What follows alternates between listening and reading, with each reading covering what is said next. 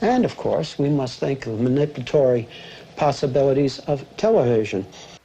Violence broke out again last night as some young people were prevented from meeting peaceably in the downtown area by noticeably nervous, if not to say trigger-happy police.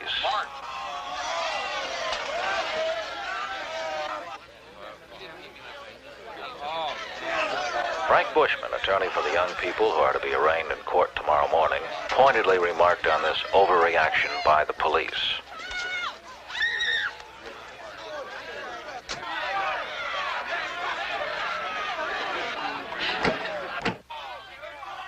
I hereby declare this an unlawful assembly. Late last night, disorder broke out among a small, unruly mob as our guardians of the peace quietly and efficiently, in spite of extreme provocation, restored order. I command you to disperse, and if you do not, you shall be arrested for refusal to disperse. You have 2 minutes to disperse.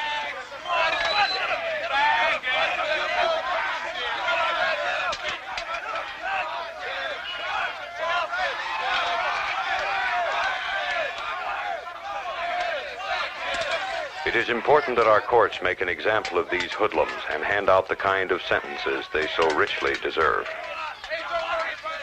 We staged this scene. We filmed it to show that television can tell any story that it wants to tell.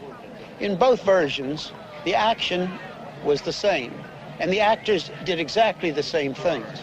However, the camera was placed differently, the editor edited differently, and the announcer told a different story. We would be naive not to realize that what we're seeing is an edited symbol. But the nature of TV is such, we see it with our own eyes, that we naturally look at it as though it were objective truth. For many, what they see on television is more true than what they see with their eyes in the external world. Let me stress, it is always unfair to say the media does this or the press does that.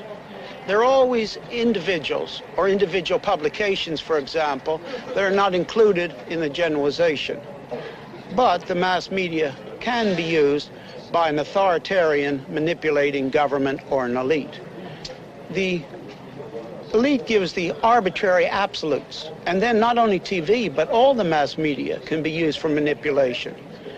And a plot or conspiracy are not needed. All that is needed is that the people in the places of influence and those who decide what is the news have in common the modern results of humanism, the modern worldview, which we have considered at length in this series.